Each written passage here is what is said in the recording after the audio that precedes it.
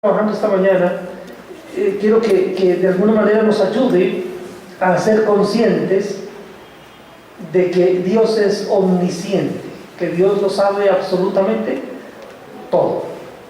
Por eso he querido poner el título a nuestro tema de esta mañana: no te engañes, Dios lo sabe todo. Si salimos esta mañana con esa idea, con ese concepto en nuestra mente y en nuestro corazón, seguramente que en lo sucesivo nosotros vamos a estar revisando muy bien cada una de nuestras actitudes, cada uno de nuestros pensamientos, cada una de nuestras acciones, porque si somos conscientes que Dios lo sabe todo, haremos todo para agradarlo a Él. Es lo que vamos a estar haciendo esta mañana. Entonces vamos a hablar de la omnisciencia de Dios, del conocimiento de Dios. Quiero que estemos leyendo, para entrar en contexto en la palabra del Señor, en el Salmo 139. Salmo 139, vamos a estar leyendo todo el Salmo. Este es uno de los salmos que a mí particularmente me impacta mucho. Me impacta mucho porque esto que David escribe me toca mucho, porque me ayuda a ser consciente del conocimiento de Dios. Dice el Señor, nos acercamos ahí a su palabra con temor y temblor. Dice: oh Jehová, tú me has examinado y conocido. Tú has conocido mi sentarme y mi levantarme. Has entendido desde lejos mis pensamientos. Has escudriñado mi andar y mi reposo, y todos mis caminos te son conocidos. Pues aún no está la palabra en mi lengua, y he aquí, oh Jehová, tú la sabes toda. Detrás y delante me rodeaste, y sobre mí pusiste tu mano. Tal conocimiento es demasiado maravilloso para mí. Alto es, no lo puedo comprender. ¿A dónde me iré de tu espíritu? ¿Y a dónde huiré de tu presencia? Si subiera a los cielos, allí estás tú. Y si en el Seol hiciere mi estrado, he aquí, allí tú estás. Si tomare las alas del alba y habitar en el extremo del mar, aún allí me guiará tu mano y me asirá tu diestra. Si dijere, ciertamente las tinieblas me encubrirán, aún la noche resplandecerá alrededor de mí. Aún las tinieblas me encubren de ti, y la noche resplandece como el día. Lo mismo te son las tinieblas que la luz. Porque tú formaste mis entrañas, tú me hiciste en el vientre de mi madre. Te alabaré, porque formidables, maravillosas son tus obras. Estoy maravillado y mi alma lo sabe muy bien. No fue encubierto de ti mi cuerpo, bien que en lo oculto fui formado y entretejido en lo más profundo de la tierra. Mi embrión vieron tus ojos, y en tu libro estaban escritas todas aquellas cosas que fueron luego formadas, sin faltar una de ellas. Cuán preciosos me son, oh Dios, tus pensamientos. Cuán grande es la suma de ellos. Si los enumero, se multiplican más que la arena. Despierto y aún estoy contigo. De cierto, oh Dios, harás morir al impío. Apartaos pues de mí, hombres sanguinarios, porque blasfemias dicen ellos contra ti. Tus enemigos toman en vano tu nombre. No odio, oh Jehová, a los que te aborrecen, y me enardezco contra tus enemigos. Los aborrezco por completo, los tengo por enemigos. Examíname, oh Dios, y conoce mi corazón. Pruébame y conoce mis pensamientos, y ve si hay en mí camino de perversidad, y guíame en el camino eterno. Amén. Creo que es un salmo muy impactante porque me hace pensar en esa perfección de Dios, cuál es su conocimiento, saber que Dios lo conoce absolutamente todo, que no hay nada que pueda ocultarse de su presencia, que no hay nada que pueda ocultarse de su conocimiento. Por eso vamos a hablar esta mañana de las características del conocimiento de Dios. También vamos a hablar de los objetos del conocimiento de Dios, pero especialmente vamos a hablar de la actitud del hombre frente al conocimiento de Dios. Es decir, si yo soy consciente realmente de que Dios lo sabe absolutamente todo, entonces ¿cuál debe ser mi actitud? ¿Con qué actitud debo vivir cada día de mi vida? ¿Con qué actitud debo vivir cada momento que Dios me permite la existencia? Si soy consciente que de todo lo que hay en mi vida, en mi corazón y en mi mente, he de dar cuentas a nuestro gran Dios. Entonces, mis queridos hermanos, vamos a estar pensando esta mañana en esa presencia, en ese conocimiento de Dios. Saber que Dios está escudriñando nuestro corazón y nuestra mente, que cuando salgamos de aquí esta mañana podamos salir siendo conscientes que en todo momento y en todo lugar Dios sabe exactamente todas las cosas. Vamos a hablar entonces primero de las características del conocimiento de Dios. Para ello quiero leer un texto en Romanos, en el capítulo 11.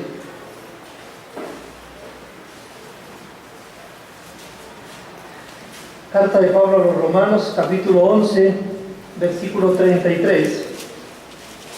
Dice: oh profundidad de las riquezas, de la sabiduría y de la ciencia de Dios, cuán insondables son tus juicios e inescrutables sus caminos. También en Isaías 40, el versículo 28, nos habla del conocimiento de Dios.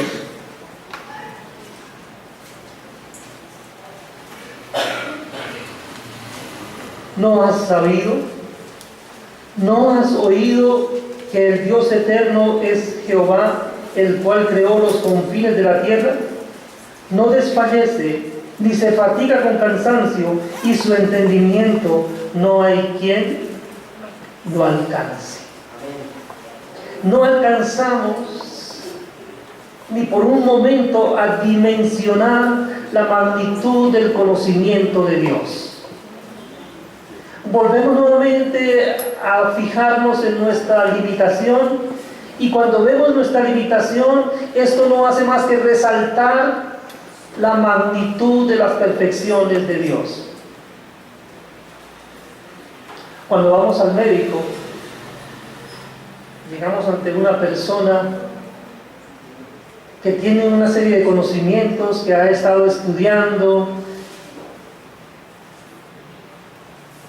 y uno espera que este médico, antes de darle un diagnóstico, primero lo observe a uno, haga un proceso de observación, que palpe el lugar del dolor, que tal vez piense en qué órganos están siendo afectados porque está doliendo en determinado lugar.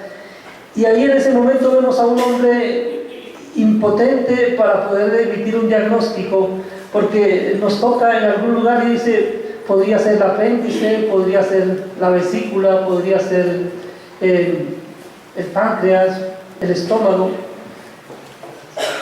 Está confundido a veces, porque sencillamente su conocimiento del dolor está muy limitado y no puede ver qué es exactamente lo que está pasando. Por eso él tiene que recurrir a algunos auxiliares. Entonces va al laboratorista clínico y dice: bueno, hágame un examen a este paciente, veamos cómo está su sangre. Y entonces ha estudiado el comportamiento de la química sanguínea y sabe que cuando algunos niveles en algunos de los elementos de la sangre se incrementan, es porque hay un problema determinado. Entonces puede determinar: se subió estas plaquetas, se subieron, hay una infección que debe ser atendida. Ahora, él quiere saber dónde está la infección, en dónde está la inflamación, Y a veces palpando puede detectarlo, ¿no? A veces, pero otras veces no, entonces tiene que recurrir a otro especialista y entonces vamos al laboratorio, vamos a hacer exámenes, utilizamos máquinas, utilizamos los rayos X, usa la gamografía, usa cualquier instrumento que le permita ver dentro del paciente para saber cuál es el órgano que está siendo afectado por la enfermedad, para poder emitir un diagnóstico y luego estudiar acerca de la enfermedad y buscar con qué medicamento puede tratar esa enfermedad. Entonces nosotros vemos, bueno, y decimos qué hombre tan sabio a veces cuando de acuerdo con la complejidad de la enfermedad ha tenido que estudiar. Entonces pensamos, por ejemplo, en esa persona que estudia la mente, por ejemplo, que estudia el sistema neuronal, que estudia el cerebro, y decimos cuánta complejidad en el cerebro humano, cuánto tiene que estudiar una persona para poder emitir un diagnóstico que afecta a ese órgano tan importante que es nuestro cerebro, en el que se maneja cada uno de los procesos, no solo de la química del cuerpo, sino también del pensamiento. Y entonces nosotros decimos, ¿cuánto conocimiento tiene este hombre para dar un diagnóstico? Pero igual, ese conocimiento le alcanza al hombre tal vez para conocer el funcionamiento del cerebro humano y tal vez el funcionamiento de su parte neuronal, pero no sabe qué hay en su corazón, no sabe cuáles son sus pensamientos. Y entonces a veces los médicos se estrellan tratando de dar un diagnóstico sencillamente porque no hay una causa física para una enfermedad. Y resulta que vamos al psicólogo entonces. Y entonces psiquis, mente, pensamiento, alma, estudio del alma, el alma se ha afectado. Y entendemos, nosotros vemos cuando estudiamos la Biblia, que el alma se afecta por causa del pecado. Y cuando el alma está afectada, entonces el alma afecta la parte física también y duele. Y entonces son los trastornos que se conocen como los trastornos psicosomáticos. Y usted va al médico y dice, no, lo que pasa es que usted está somatizando alguna experiencia que ha vivido. Tal vez está frustrado, tal vez está inquieto por alguna circunstancia, tal vez está dolido con alguna persona porque le ha fallado. Y entonces usted está somatizando eso que experimenta en el campo emocional, lo está llevando al área física y ahora está afectado su cuerpo, pero no hay una razón física para que su cuerpo esté afectado. ¿Cuántos especialistas mencionamos? Un grupo grande de especialistas que tratan de tener el conocimiento de lo que está pasando con el ser humano. Pero no nos estamos refiriendo esta mañana al conocimiento limitado que nosotros tenemos, sino que estamos poniendo ese conocimiento como un medio de contraste para que podamos admirar la grandeza del conocimiento de nuestro Dios. Porque Él conoce absolutamente todo, es un conocimiento pleno. El conocimiento de Dios es un conocimiento pleno, que no se incrementa. Es decir, un especialista, un médico tiene que hacer diferentes especializaciones. O en cualquier disciplina de la vida que usted sea un profesional, usted tiene que ir avanzando y se especializa en una área de ese conocimiento, de esa rama del conocimiento, y su conocimiento se va aumentando. Y también en la pared muchas veces de su oficina se encuentran los títulos de todos los estudios que usted ha hecho y cómo ha tratado de profundizar en las diferentes áreas del conocimiento. Pero el conocimiento de Dios no se incrementa sencillamente porque Él lo tiene todo. No hay nada que Él no sepa. Por eso es un conocimiento que no se incrementa. Es un conocimiento insondable. A veces esa palabra, definir esa palabra nos inquieta, ¿cierto? ¿Qué significa insondable? Entonces tenemos que mirar el origen de la palabra. Entonces, algo que no se puede sondear. Y que, entonces ya vamos entendiendo, ¿qué es una sonda? Entonces ahí hay una imagen de una sonda, es una sonda que usan los astrónomos. Entonces es una máquina que envían a la profundidad del espacio para que esa máquina esté tomando imágenes y las esté transmitiendo a la Tierra para que el hombre pueda conocer, pueda ver algo de lo que hay en las profundidades del espacio. Pero inicialmente no se usaba ese tipo de sondas. Cuando se escribe la Biblia se usaban las sondas más que todo en el mar. Entonces se usaba un elemento, un lazo con un elemento pesado que pudiera, ese lazo medido, ¿cierto? Para que el marino va por el mar y cogía el lazo y lo arrojaba con el elemento del peso hasta que tocara el fondo del mar. Entonces esa sonda le sirve al marino para saber qué profundidad tiene el mar en el lugar donde se encuentra. Entonces es la idea. Entonces, pero el conocimiento de Dios no es posible que podamos saber hasta qué profundidad llega. No se puede sondear. Pero nos dice que tampoco se puede escrutar. Dice que el conocimiento de Dios es inescrutable.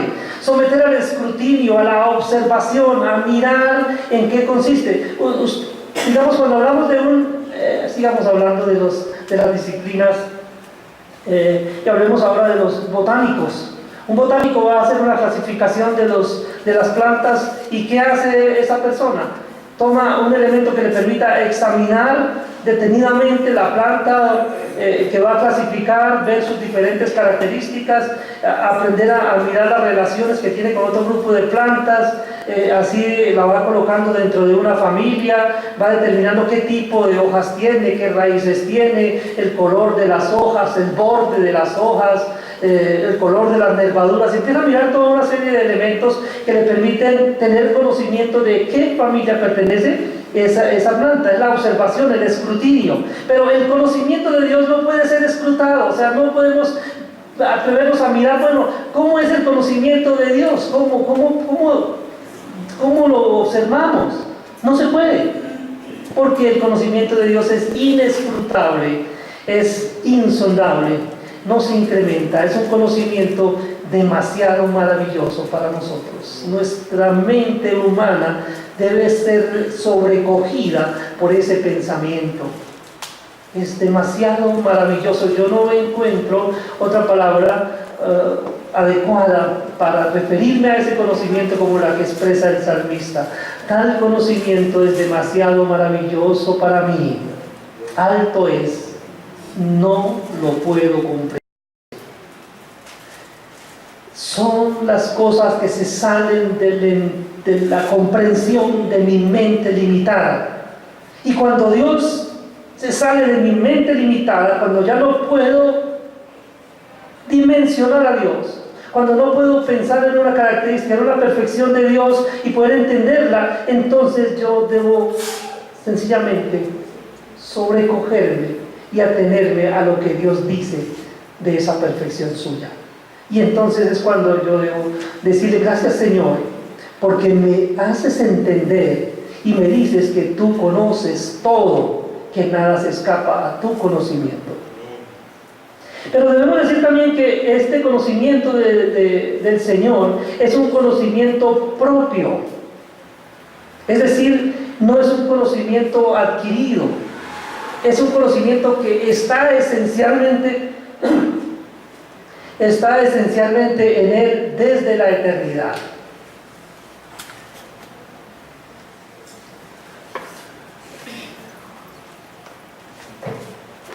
Quiero que leamos allí en Romanos 11.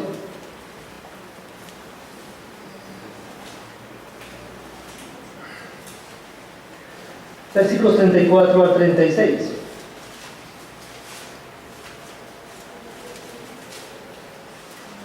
Porque ¿quién entendió la mente del Señor?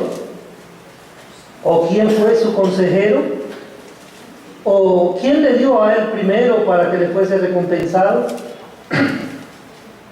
Porque de él, y por él, y para él son todas las cosas. A él sea la gloria por los siglos. Amén.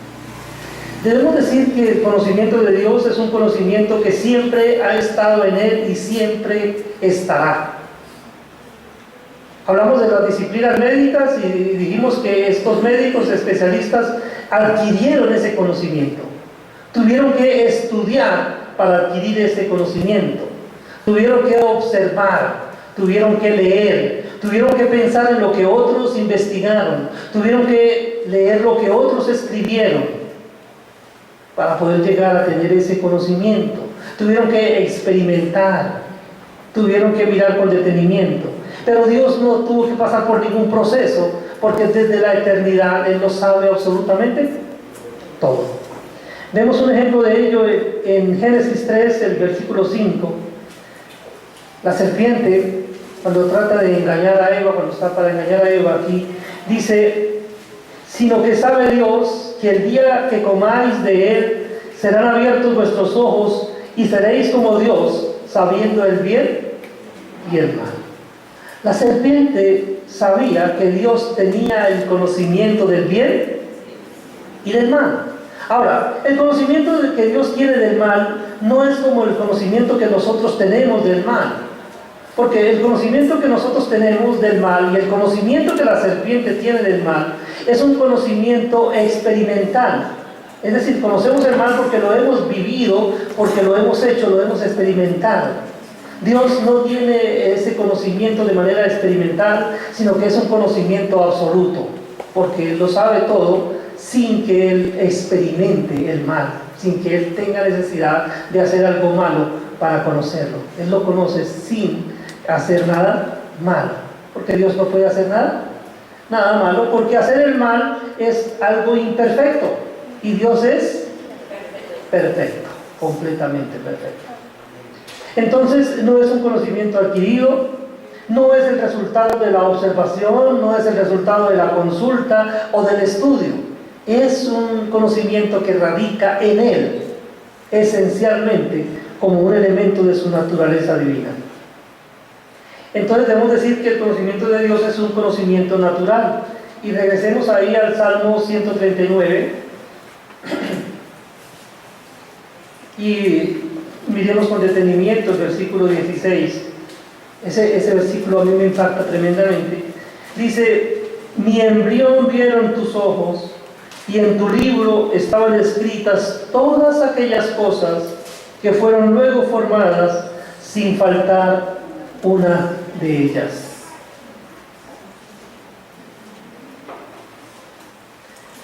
Por naturaleza Dios está viendo y conoce absolutamente todo. Mire, dos cosas resaltan con respecto de este versículo. Mi embrión vieron tus ojos.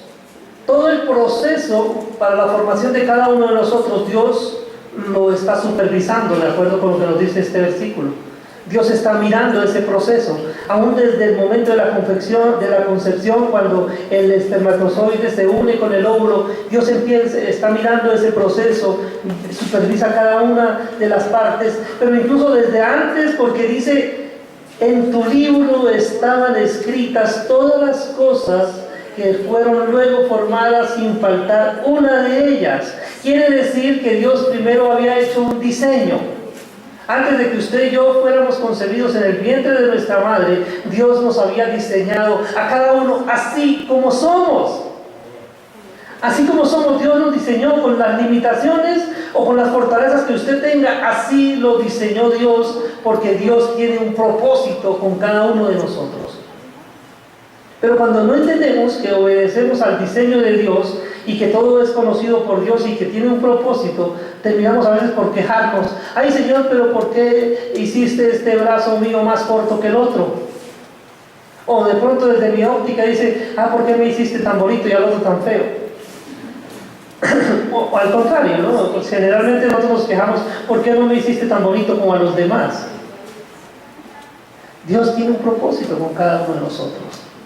Yo pienso mucho en este varón que es de testimonio en las redes sociales, especialmente su ministerio se mueve en las redes sociales y en las conferencias. Nick Mujicic, ¿cierto? El hombre sin manos y sin piernas. Y yo pienso en este hombre, y especialmente pienso en la alegría con la que él comparte su experiencia con Dios, y dice: Dios me hizo así, y él dice: Dios tenía un propósito conmigo, tiene un propósito conmigo. Y cuando uno lo escucha hablar de Dios y de cómo él acepta la voluntad de Dios, y cómo él dice: Dios usa esa debilidad mía para beneficio de muchas personas. Entonces, cuando uno entiende que el diseño de Dios es perfecto, no es que Dios le falló el diseño de Nick, Dios lo diseñó así como Él nació porque tenía un propósito con su vida. Así cada uno de nosotros debe pensar de sí mismo. Así como somos, mis queridos hermanos, Dios nos diseñó. Lo que debemos pensar es con qué propósito me hizo así como soy. ¿Cuál fue la intención de Dios al hacerme así? Ayúdame, Señor, a entender por qué me diste orejas tan grandes. ¿Para qué me diste orejas tan grandes? Y no va a ser como el cuento de Caperucita, ¿no? Entonces son para oírte mejor. Seguramente Dios quiere que usted oiga más. Y por eso solamente le dio una lengua y no le dio dos lenguas. ¿Qué tal con dos lenguas? Exacto, padre. También la cuestión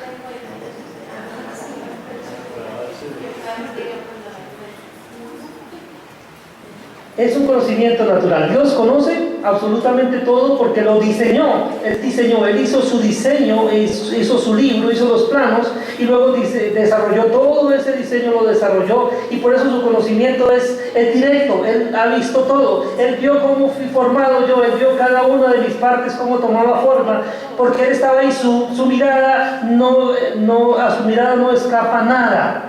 Nada absolutamente escapa a su mirada escrutadora. Él lo ve absolutamente todo. Es un conocimiento directo que no requiere auxiliares.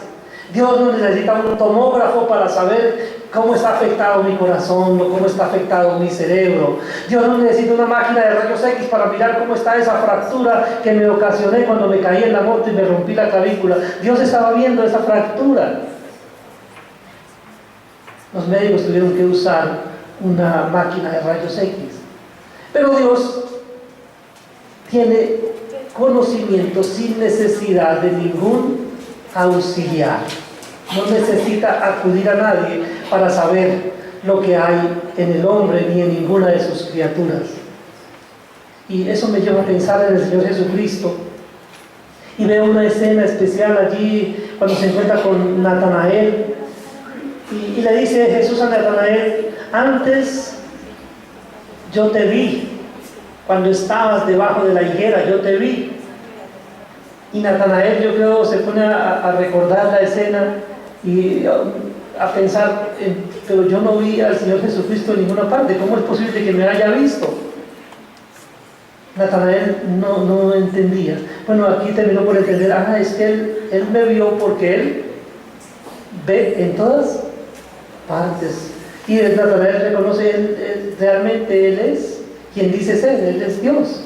Y como Dios puede ver en todas partes, Dios lo ve absolutamente todo.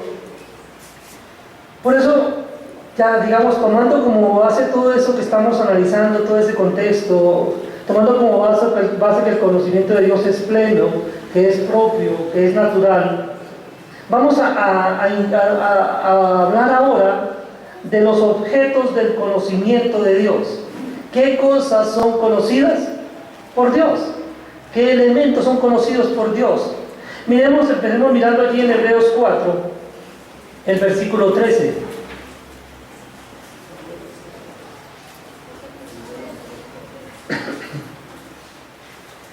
Hebreos 4:13 dice: y no hay cosa creada que no sea manifiesta en su presencia. Antes bien, todas las cosas están desnudas y abiertas a los ojos de aquel a quien tenemos que dar cuentas. No hay cosa creada que no esté expuesta a la mirada y al conocimiento de Dios. Dios conoce absolutamente todo. Primero debemos decirlo porque Él es el creador de todo, Él lo hizo todo, y lógicamente si Él lo hizo, Él lo conoce. Por eso, cuando enfrentamos dificultades, a veces no nos entendemos nosotros mismos, ¿cierto? Estamos con confusiones en nuestras mentes. ¿A quién podemos acudir para que nos ayude? ¿El psicólogo nos puede ayudar? Está limitado. ¿Cómo puede saber qué nos perturba? Lo que tú le digas, lo que yo le diga. Pero si vamos al Señor, Él lo sabe absolutamente todo. Todo, ¿cierto? Todo de nosotros. Entonces, Él sabe por qué estamos frustrados. Él sabe por qué estamos tristes. Él sabe por qué estamos desanimados. Todo lo sabe absolutamente. Porque Él sabe todo, todo lo posible. Él sabe todo lo real. Todo lo que existe en el mundo real, Él lo sabe, Él lo conoce. Conoce todos los eventos, pasados, presentes y futuros. No hay ningún evento que Él no conozca. Él sabe de ti. Ya vimos desde que estabas en el vientre de tu madre y antes. Él ha visto todo lo que hemos hecho.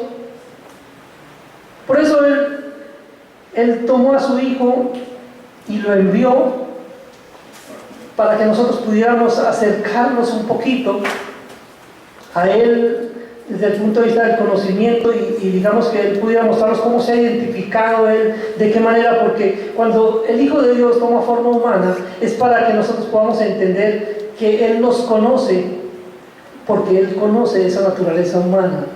Y dice que Él estuvo sujeto a todas las condiciones humanas, solamente que en Él no hubo pecado.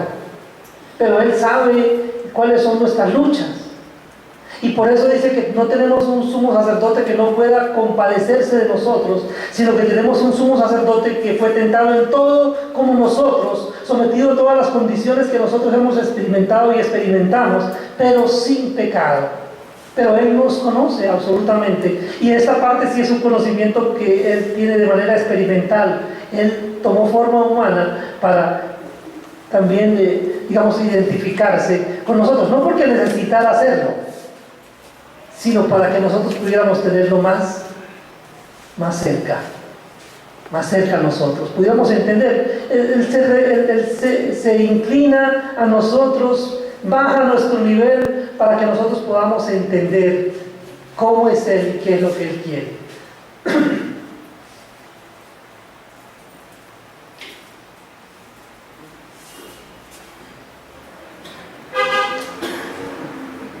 Dios conoce entonces todos los eventos pasados, presentes y futuros. Pero Dios conoce también todas las criaturas, sean físicas o sean espirituales. Dios las conoce, todas. Conoce sus características. Mire, dice acá en el Salmo que leímos, el Salmo 139, dice que Él conoce cada una de nuestras partes. Y no solamente de cada una de las partes mías, sino las partes de cada una de las criaturas. Él la conoce en su integridad. Cada uno de los elementos que constituyen a la criatura es conocido por el Creador. Y no solo de la criatura física, sino también de la criatura espiritual. Conoce a sus ángeles, a todos sus ángeles, tanto los que están en su presencia como los que cayeron de su presencia. Él los conoce sus características, pero también conoce sus pensamientos. Mire, Salmo 139, 2, quiero que hagamos énfasis allí. Dice: tú has conocido mi sentarme y mi levantarme, has entendido desde lejos mis pensamientos.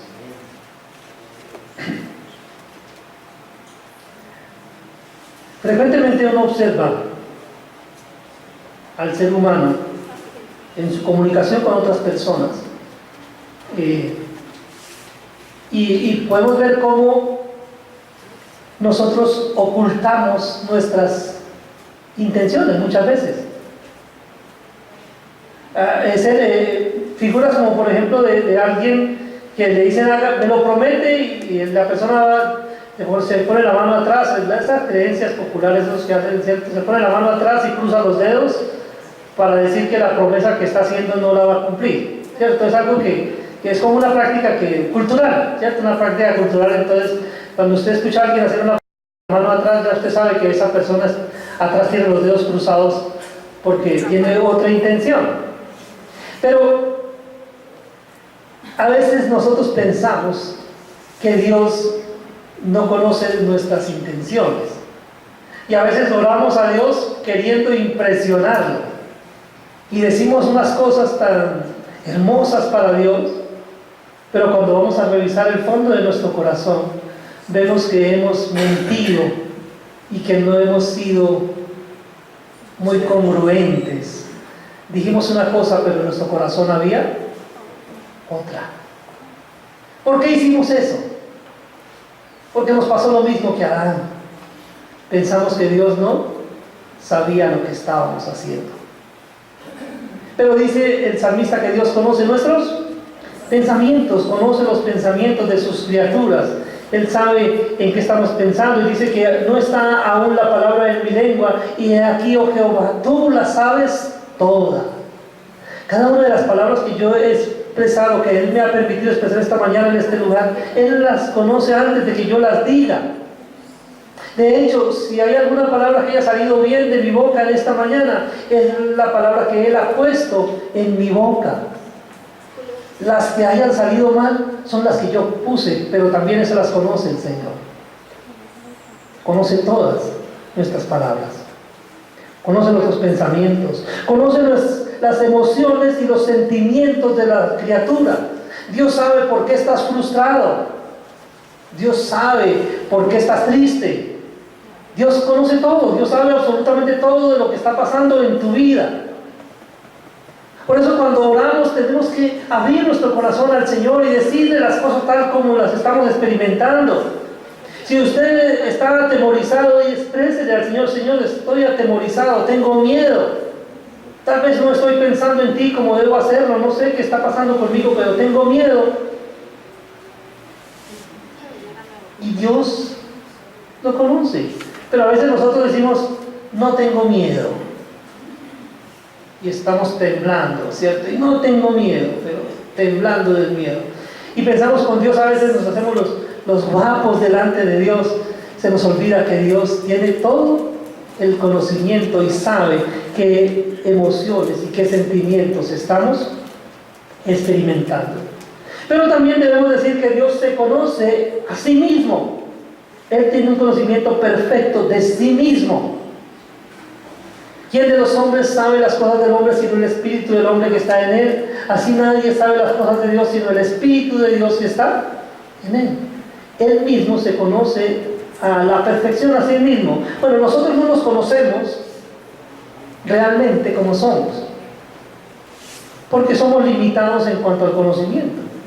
Pero Dios se conoce a sí mismo de manera perfecta. Sabe todo acerca de sí mismo. Porque no hay limitaciones en el conocimiento de Dios. Muy bien, pero todo esto que venimos diciendo esta mañana no solamente es para que nos deje con la boca abierta de pensar en el conocimiento de Dios, no es solamente para que nos maravillemos de lo tremendo de ese conocimiento, sino es para que revisemos nuestra actitud frente al conocimiento de Dios. Si usted y yo, mi querido hermano, somos conscientes de que Dios lo sabe absolutamente todo de nosotros, entonces, ¿cómo debe ser mi caminar delante de Dios? Si yo no puedo engañar a Dios, entonces, ¿cómo me debo comportar delante de Dios? Como dijimos, el título de lo que estamos estudiando esta mañana: no te engañes. Dios lo sabe todo. ¿Cuál es la actitud entonces? Tenemos que ver que los seres humanos adoptamos dos tipos de actitud frente al conocimiento de Dios. Algunas personas adoptan el conocimiento de Dios como algo para tener en cuenta y entonces tienen una conducta piadosa. ¿Podemos definir qué es una conducta piadosa? Pues una conducta piadosa entonces es aquella en la que en todo tiene en cuenta a Dios. Bueno, es lo que Dios quiere de cada uno de nosotros, que en todo lo que hagamos, en todo lo que pensemos, en todo lo que afecte nuestra vida, lo tengamos en cuenta a Él. Mire, y los pensamientos. Decía Martín Lutero que no podemos evitar que las aves vuelen sobre nuestras cabezas, pero sí podemos evitar que hagan nido en ellas. Entonces, porque a veces decimos, no, es que el pensamiento vino y no pude. No, yo debo manejar el área de mi pensamiento. De hecho, el Señor dice en su palabra, si hay algo honesto, si hay algo puro, si hay algo digno de buen nombre, si hay algo digno de alabanza, en esto, pensar. Yo determino a qué dedico mi mente, qué cosas pongo en mi mente para darles vueltas. Determino en qué pienso. Por eso yo tengo que darle cuentas a Dios de mis pensamientos. Pero a veces le damos riendas a nuestro pensamiento, lo dejamos divagar, dejamos ir el pensamiento. Y como no se traduce en acciones, entonces decimos, Dios, no pesa esto como pecado. Pero cuando vemos la palabra del Señor dice, si alguno mira a una mujer para codiciarla, ya adulteró con ella en su corazón. ¿De qué está hablando ahí? No tuvo un contacto físico con ella, sexual, pero en su corazón, en su pensamiento ya cometió el pecado.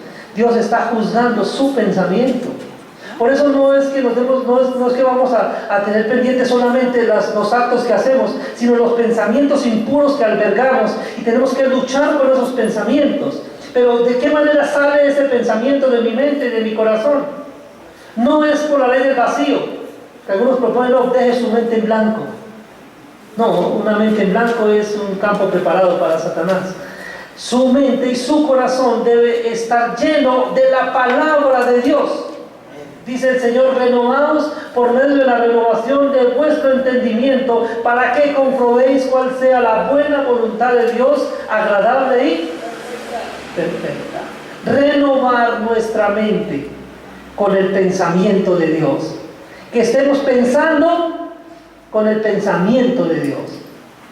Eso es lo que hace una conducta piadosa. O sea, si usted quiere ser un hombre, una mujer, un muchacho, una muchacha, un niño, una niña piadosa, ¿qué debe hacer?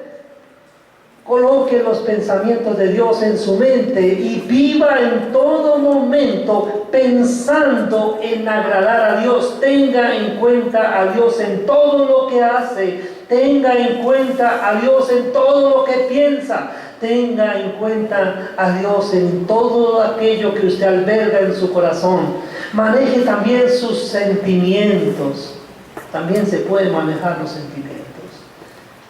Sea agradecido con el Señor. Piense en este Dios maravilloso que lo conoce todo. Esa es una actitud correcta. Cuando yo tengo en cuenta a Dios, porque sé que Él lo sabe todo y que no lo puedo engañar, y que toda mi vida está desnuda delante de Él, entonces yo voy a tener una conducta piadosa. Pero están los otros, los impíos. ¿Qué es una conducta impía? Es la conducta de todas aquellas personas que viven ignorando que Dios los está viendo. Es decir, se hacen los locos, decimos en el lenguaje coloquial. Se hacen los de la vista gorda. Se hacen los que no es con ellos y viven de cualquier manera, olvidándose voluntariamente de que Dios lo sabe todo. Mis hermanos, a veces nosotros adoptamos ese tipo de conducta, lamentablemente. Nos hacemos los locos. Sabemos que hay cosas que a Dios no le agradan de nuestra conducta. Sabemos que hay pensamientos que a Dios no le agrada que alberguemos en nuestra mente. Sabemos que hay sentimientos que a Dios no le agrada que alberguemos en nuestro corazón. Y sin embargo, los dejamos ahí. Los toleramos. Desarrollamos tolerancia al pecado por no revisar nuestras vidas y no dedicarnos a una vida piadosa. Y llegamos a ser unos cristianos impíos. Nos llamamos cristianos, tenemos el Espíritu Santo, pero no lo tenemos en cuenta en nuestras vidas, sino que hacemos lo que nos parece, así no sea lo que Dios quiere que hagamos. Esto, mis queridos hermanos, nos debe tocar profundamente nuestra mente y nuestro corazón. Y debemos enfocarnos para que en lo sucesivo seamos conscientes que Dios sabe absolutamente todo y siendo conscientes de ese conocimiento de Dios, no pensemos ni por un momento que podemos engañarlo. Y entonces, adaptemos nuestra vida a su perfecta voluntad, para que vivamos vidas que sean agradables para Él. Amén. Vamos a orar. Padre nuestro que estás en el cielo, queremos darte muchas gracias, Señor, en esta mañana, porque nos permites meditar en tu esencia, nos permites meditar en tu persona, nos permites meditar en quién eres tú, Señor. Padre, gracias por todo lo que nos has hecho pensar en esta mañana. Gracias por todas estas implicaciones que existen para nuestras vidas por el hecho de tu conocimiento. Gracias, Señor, porque ya no podemos engañarnos a nosotros mismos pensando que tú no te das cuenta o pensando que tú no lo sabes, no sabes lo que hay en nuestro corazón, porque en tu palabra tú nos has enseñado, nos muestras que tú tienes todo el conocimiento, que conoces nuestros pensamientos, nuestras intenciones, que conoces todo de nuestra vida, Señor. Y Padre, que en cada momento de nuestras vidas seamos conscientes de ese conocimiento, para que al caminar, al tomar decisiones, todas las hagamos, las tomemos pensando en agradarte, pensando en honrarte, pensando en glorificarte, porque con ese propósito nos hiciste, para honra y gloria de tu nombre. Padre, gracias te doy por cada persona que trajiste esta mañana a este lugar. Gracias, Señor, porque tú los trajiste con un propósito claro, definido. Gracias por hablar a su corazón. Gracias también por hablar a mi corazón. Gracias, Señor, porque no solamente me haces admirarme, asombrarme de la persona que tú eres, sino que también me ayudas a reorientar mi vida para ser la persona que tú quieres que yo sea. Padre, gracias por tanta misericordia.